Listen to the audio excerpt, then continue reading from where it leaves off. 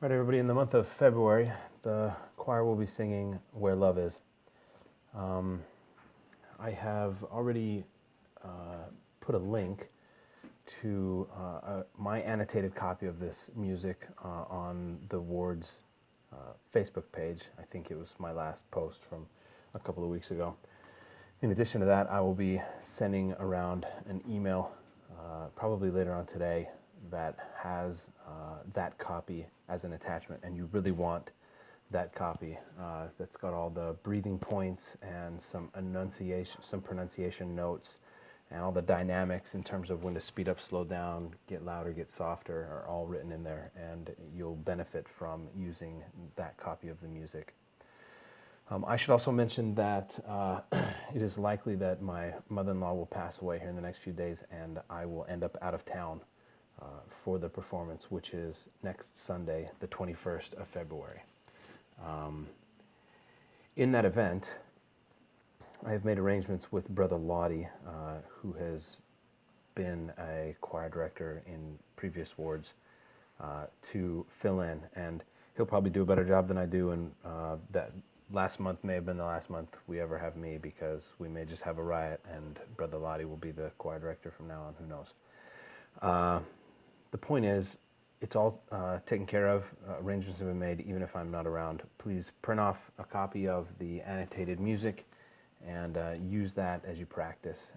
And then whether it's me or Brother Lottie that runs the rehearsal on Sunday morning, plan to meet at the church at 10 a.m. in the Relief Society room, and then as the 9 a.m. ward releases, we'll scoot down to the chapel and hopefully be done with rehearsal by 10:45 for an 11 a.m. start time. In this song, the women sing alone for the first almost 2 pages. And at first they're unison, and then they go to parts. The men come in their unison for a little bit, and then they go to parts, and everyone is all in 4-part harmony throughout the duration of the song. Please be kind. I wrote the bass line myself, which means it's not going to be that great, but I did it to help the basses, because the men's line was higher than I figured would be comfortable for them. So I wrote you a lower line, and hopefully that makes your job easier to do. The MP3 version of the song that you may or may not choose to use while you practice, but it accompanies all the videos that will follow here, is a very boring, very dynamically boring version of the song, and it's much faster than I planned for us to sing it. So just bear that in mind, that as you practice, all you're practicing for is to learn your line, whether that's the tenor or the alto line, bass, soprano.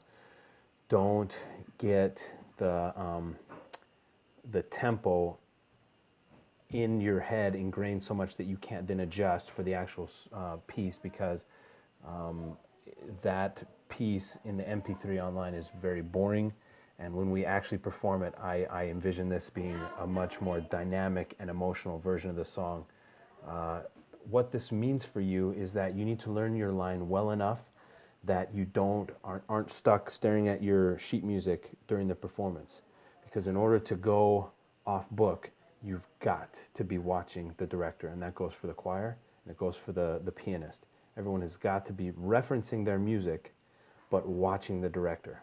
That's something that I noticed in our last performance, that as I looked out across the choir, I didn't see many sets of eyes. So practice your part enough to where you can only reference the music, but be watching the director. Okay, this is the intro. After this, we'll have some videos on breathing, pronunciation, and dynamics, and then the videos for your actual parts. Good luck, and if I'm not there on Sunday, I know you'll do very well. See ya.